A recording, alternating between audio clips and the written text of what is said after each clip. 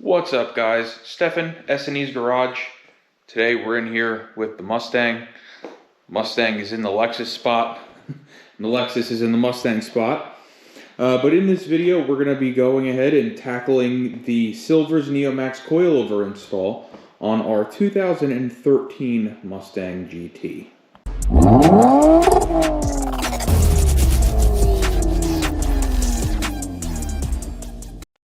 Now, I'm going to address a giant elephant in the room here. I'm talking differently.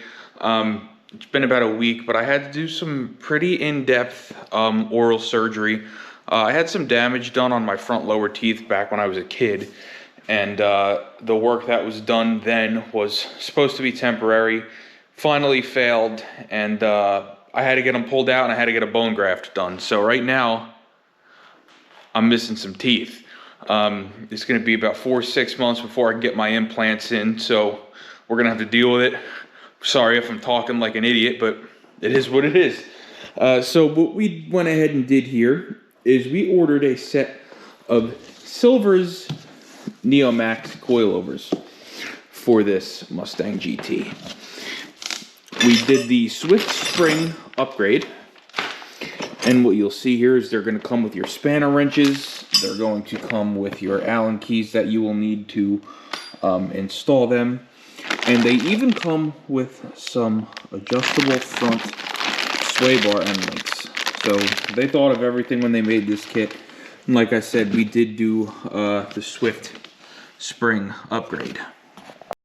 So what we went with a 10 kilogram spring up front and a 7 kilogram in the rear. It is on the stiffer side, but as I found out with the GSF, which is also on a very stiff setup, being stiff in the spring department allows you to turn down the dampening a bit, and it actually provides a better ride than a soft spring with the damping turned all the way up. So that is what we went with here. These are 24-way adjustable. So you'll see you have your soft and hard knob there. There is a completely adjustable camber plate up top. And these are very, very well-built coilovers. I love the way they ride on my Lexus. And I figured, you know what, let's give them a shot. Now, one of the main differences here with this Mustang is the rear is a divorced setup. So you have a coil, and then you have a separate shock. So what they give you in order to adjust the ride height in the rear is these spring perches here. So this is how you make your height adjustment, and then the spring's going to sit in this bucket, and then every time you make a height adjustment, you have to either lengthen or shorten the shock body in order to give the spring some preload, because you don't want the springs to rattle or be able to fall out when the rear suspension is in full droop. So that is something we're going to go over. That is something I am going to show you guys how to set. And we're going to jump right into it. So for those of you wondering, they are for a Ford Mustang S197. It looks like the part number is SF1014. If you want to get a set of these, hit up the guys at Silver's. I talk like such an idiot. Hit up the guys at Silver's Suspension. Give them a shout. Let them know Stefan over at S&E's Garage sent you. And just let them know you want to do the same setup that we did with our Mustang, and they will take good care of you. So what I went ahead and did here is I measured the ride height front and rear. I measured from the bottom of the rim here to the top of the fender. And in the front, we are at 25 1/8 of an inch. And in the rear, we are at 25 13/16. So back here, you'll see we have a pretty good, there's actually over a 2-finger gap back here. So what we are going to end up doing back here is we want to lower the car about another 1/2 inch. I don't want to slam this thing. I still want it to be drivable. We're going to try to mirror the wheel gap here that we have on our Lexus. I think that's a good look. And with how our roads are, I think that is a safe bet. So that's what we're going to do. We're going to measure a 1/2 inch less than what we have here, and we're going to set the ride height to that. And then in the rear, we are likely going to have to adjust our panhard bar in order to center the rear differential back underneath the car. We're going to show you how to do that as well. So let's go ahead. Let's got our quick jacks, set them up under the car. We have the rail on this side and the rail on this side. Get the car up in the air and pop the hood. And we'll start with the front. I think the front's going to be the easiest because it's just a McPherson strut. Super simple to take the front end of these apart. So let's get it up. Let's get the wheels off and go from there. Alright guys, we went ahead and got our Mustang here set up on the quick jacks. So what we're going to go ahead and do, before I pull the wheels off, I'm going to go ahead and measure again from here to here, and then I'm going to subtract this from that number. And what that's going to do is tell me just how much that spring that is on the current shock compressed, and I'm going to be able to use that later to set my front coilovers to the correct height or in the correct ballpark. So I'm going to go ahead, I'm going to get those numbers, and then we're going to go ahead and pull the front wheels off, and then we can really start digging into this install. Again, I'm going to do the same thing on this side, and we're going to start in the front, and then we'll go ahead and switch gears and get into the rear. Alright guys, we went ahead and got our wheels off here, and what I wanted to show you is the main reason that we are doing this, and that is these very wet struts. These struts are blown. You can see the shaft here is coated in oil. The spring seat is also coated in oil, and this car just drives like absolute garbage with these Ford Performance dampers on here. You can see this one is even worse. It's just coated in oil. We have some Chinese JDM Sport springs. I don't even know what they are, but these are well overdue for replacement. So I'm very glad that we're doing this. So we're going to start here in the wheel well, and we're going to unbolt this top bolt and this bottom bolt here from the steering knuckle. The top is going to be an 18, the bottom is going to be a 15, and then from there we're going to go ahead and disconnect our sway bar end link from the strut so that we can then come up here and remove these 4 nuts, sorry, and drop this whole strut out of the car. And then we're going to measure it from top to bottom, basically from the mount to the bottom of the strut. And then we're going to take 25 1/8 and 29 7/8. We're going to subtract 29 7/8, or sorry, we're going to subtract 25 1/8 from 29 7/8. And that's going to give me how much droop the suspension had when fully compressed. And I'm going to use that to figure out how much this strut, how long this strut was with weight on the car. And I'm going to set the coilovers to that length. And that should get me very close to the ride height that we are looking for here in the front. That is going to be our ballpark. So let's go ahead off camera, unzip these bolts, get the sway bar end link off, and then we'll come back to you and show you exactly where we're at. Alright guys, we went ahead, we got our knuckle unbolted here. So now we have what looks like a 10 millimeter here holding the brake line onto the strut. We need to go ahead and remove that. We need to go ahead and remove this ABS wire here, which is also on the body of the strut.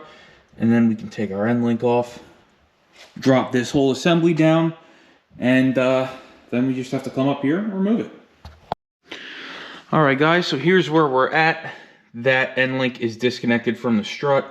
What I went ahead and did here is just use the bungee cord around the lower control arm to kind of pull this knuckle up and out of the way and try to keep some tension here off of this brake line, because we don't want to stretch that. But now we are safe to go ahead and remove this strut. So what we're going to have to do is we're going to need both of our hands. We're going to use one hand here to hold the body of the strut, and then we're going to use our other hand to go ahead and remove these nuts, and that's going to allow the strut to drop.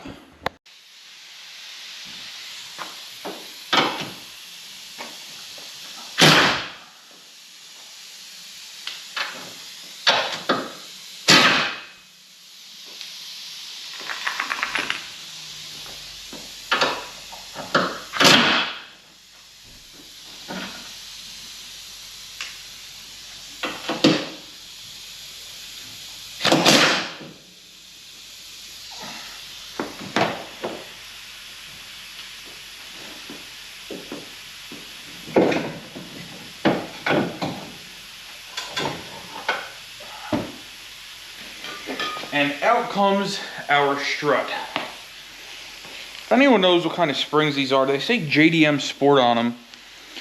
Honestly, never heard of them in my life, but I'm glad that we got it off. So now we're just going to go ahead and measure this strut from top to bottom.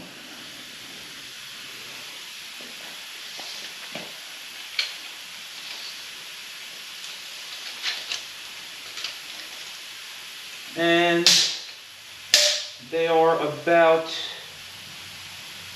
25 inches or so. Let me see if I can get a little bit of a better measurement from over here.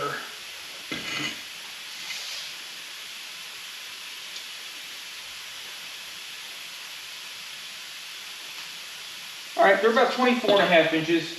So we're gonna set the new coilovers to 22.5 inches.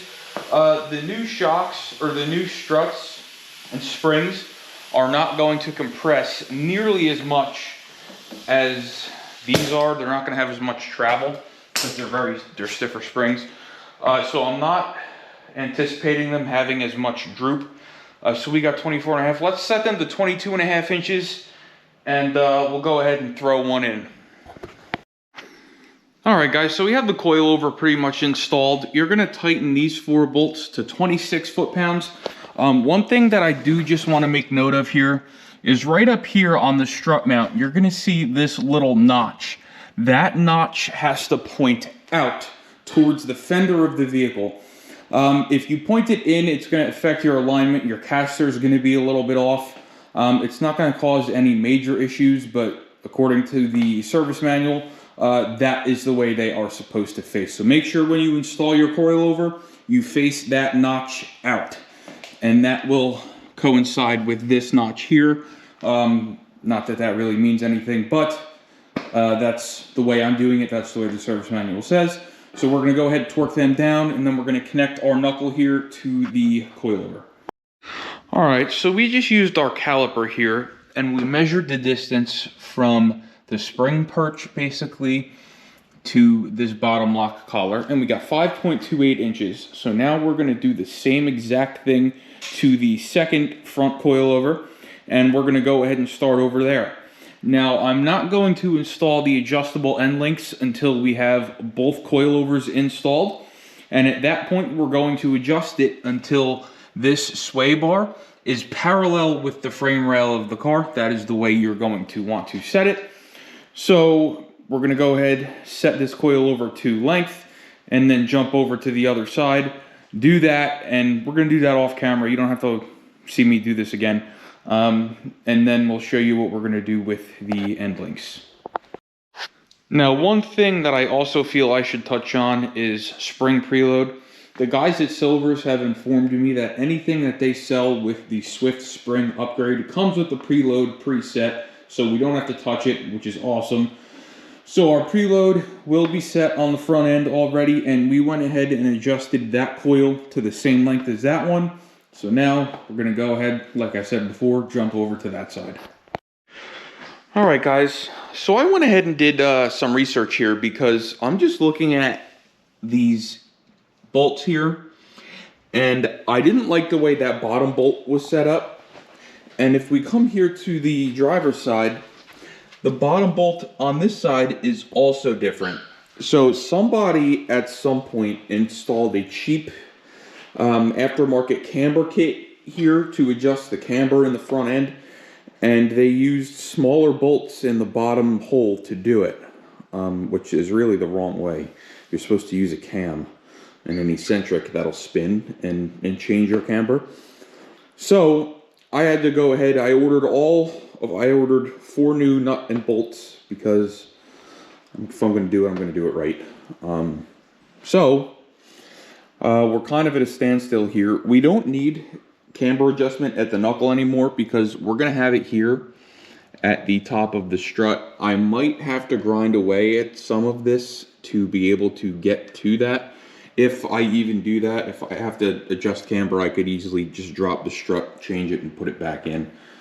But with that being said, I'm still going to continue. We're going to do the other side, and we're going to do the rear. But on Tuesday, today's Sunday, so on Tuesday when those parts do come in, we'll just swap them out really quick. But the install is still going to be the same. I'm just going to have to swap some bolts at the end. Just like the street lights lit this town, like a fire in a blaze, gotta burn it down. Can't be afraid to leave this out. We got this far, don't know how. I see danger in your eyes. They know we'll burn down the night. Coming just like the sunrise. You know that we gonna light it up tonight. We gonna light it up tonight. We gonna light it up just like the sunrise. We gonna light it up now.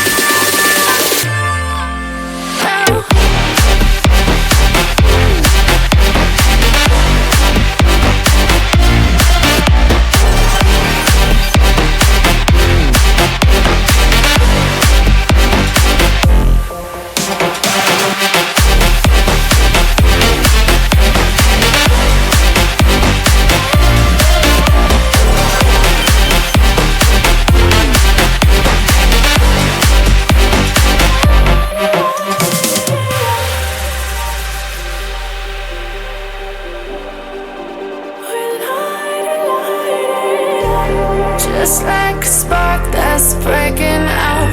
Can't make a stop, can't turn back now. We know that there's no room for doubt.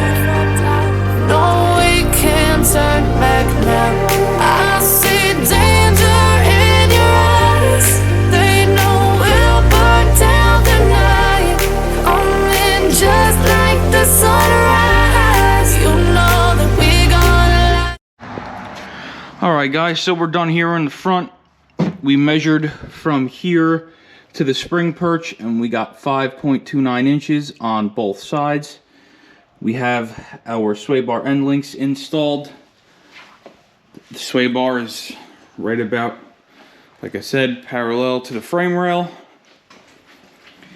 And we did the same on this side. So now we're done with the front, minus the front bolts that we're gonna be replacing here. But the next step now is gonna be to move in the back.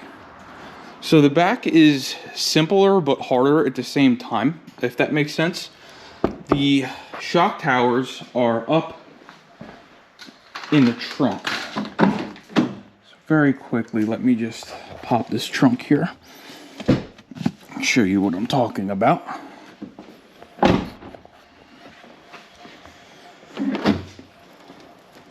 So to unbolt our shocks, we need to pull this back. And there is the passenger side shock tower. And over here is the driver side shock tower. So what we have to do is we have to put a jack up under this rear differential here. So we're gonna put the jack there. We're gonna support the axle. And then we're gonna go ahead, we have to unbolt, number one, the sway bar here from the body of the car. And then we have to unbolt the shocks. And once we are done there, we can lower the rear end and pull these springs and the shocks out. So let's go ahead, let's get these back wheels off and we'll walk you through it. All right guys, so we went ahead and we got our correct camber bolts in. You'll see just how thin this one is compared to, well, that was weird, a factory one. So what we have here, this is a Tool Whiz camber gauge.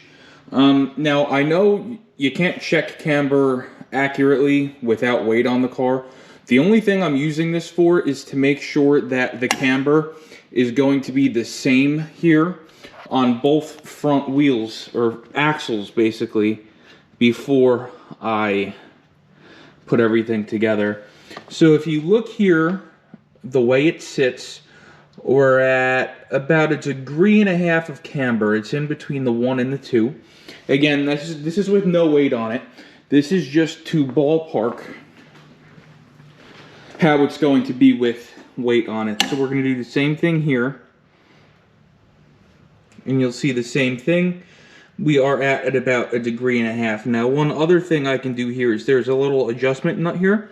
So I can use this to zero it out. So now it's at 0. So that is my 0 point basically. And now that that's at 0, I can take this off and I can stick it right back here. And if the camber is the same on this side, it should be at or close to the 0, which it is. So now I know when I put my wheels on and I lower the car down, the camber split is going to be the same on this side as it is on that side. That's really all we're looking for here. We're not looking to run, you know, a ton of negative camber on this car. We just wanted to lower it a little bit, and being with the way these strut towers are, without modifying this highly, we're not going to have access to the camber plates. So I wanted to get this as close to equal on both sides as possible. That's what this did. I will leave a link to one of these guys in the video description below. It was relatively cheap, and it just saved me a ton of time. So now, again, I know it's been a couple days, but we're gonna rip these back wheels off, and we're gonna start tackling the back. All right, so right now we're gonna work on dropping this rear axle down to get these old springs out. So the first thing we went and did here is we loosened this 18mm bolt here behind the shock right there for the drag link or the panhard bar, whatever you want to call it. And then we came over here to this side and we loosened it from here, and that's going to take any preload in the bushings out of the equation so that there's nothing really holding the axle from dropping. And then we also went ahead and disconnected our sway bar here. You'll see our sway bar is dropped. It's 15mm nut, or bolt here rather, with a flag nut on the back. So that's dropped. So now we're gonna go ahead, we're gonna get our jack. We're gonna put our jack up under the differential, and we're gonna jack it up just a little bit, and we're gonna go ahead in the trunk and pull these shocks. All right, guys, you'll see here we have our shock bolts and upper bushings off. So now there is nothing keeping this differential from dropping all the way. So we can come under here. I'll set you up on the tripod, and we're gonna slowly lower this differential. Now we do just have to be mindful of these brake hoses here. There is a pretty good chance that I may have to unbolt these calipers. I'm gonna try to do it without first, obviously. So let's get the tripod. We're gonna be mindful of that, and we're gonna see if we can drop the suspension far enough to go ahead and get these springs out.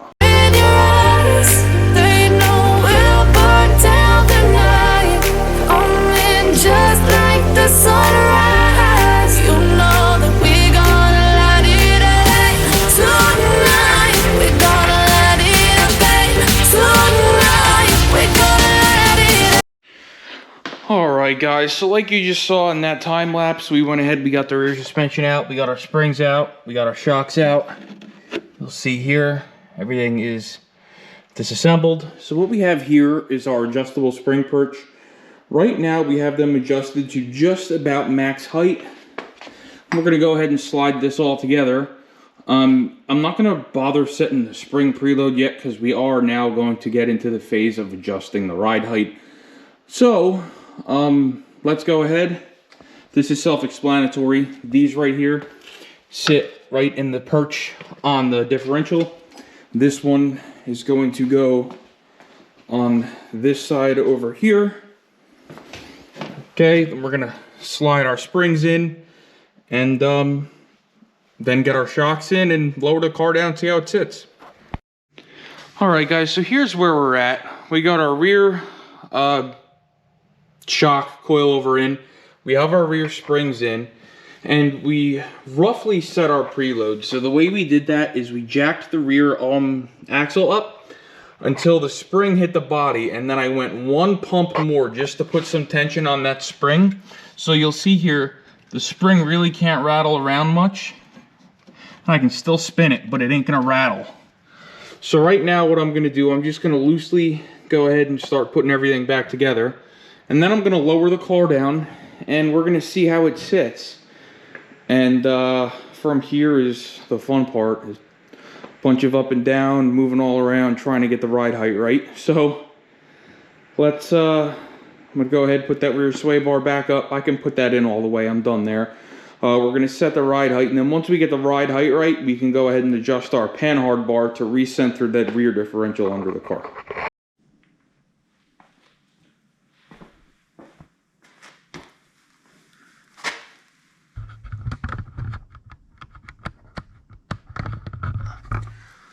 Alright guys, so we let this thing sit overnight to settle, and our measurement before we did these coilovers with the lowering springs was 25 1/8 from the lip on the rim to the fender. And here on the right front, right now, we are at about 25 1/2.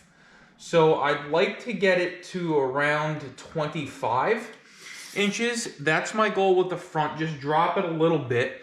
So like I said, we were at 25 1/2 on the right front.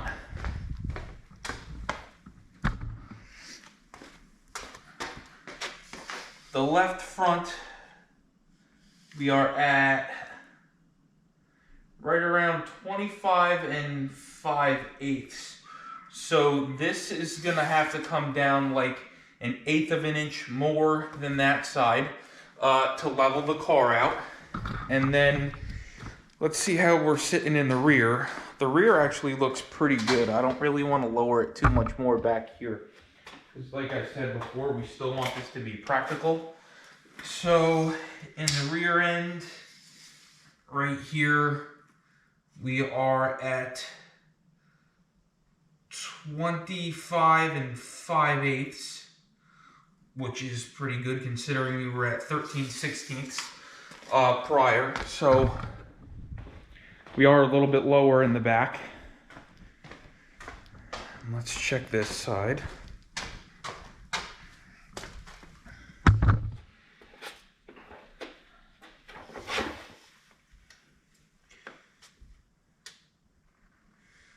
We are also right at around 25 5/8, so I don't think I'm going to have to touch the rear. I think I can lock the rear down, and let's go ahead and adjust the front. So what we're going to do here is we're going to drop this passenger side a 1/2 inch, and we're going to drop the driver's side 3/4 of an inch. And I'm hoping what that's going to do is level us out. So let's go ahead, jack it up. We're going to do one wheel at a time. I'll pull this wheel off and I'll show you exactly how to adjust. All right, guys, so what we're going to do here is we're going to take our before measurement here with our caliper, like so. Okay, and our before is 4.76. So we're going to add a 1/2 inch to that, or we're going to subtract a 1/2 inch from that. So we're going to want to make this go to 4.26 inches. 4.26 will give us our 1/2 inch. So what we're going to do now is we're going to take our spanner wrench and we're going to crack this loose like so. And now we're going to spin it like so until we hit our number. Once we get that number, we're going to take our other spanner wrench and we're going to go ahead and spin this whole assembly. And what that's going to do is shorten it. So what we're basically doing here is using this gap here as our guide. So we're just gonna go ahead off camera. I'm gonna spin this down until this gap is gone, and then we're going to throw the wheel back on after we lock it down. All right, guys, we just got done going on our first road test, and this is the final product. From the fender to the bottom of the rim, we are at 25 inches. And in the back, we are at 25.5 inches. So we did give it a slight rake, make it look a little bit more beefy in the back. And I think the results here speak for itself.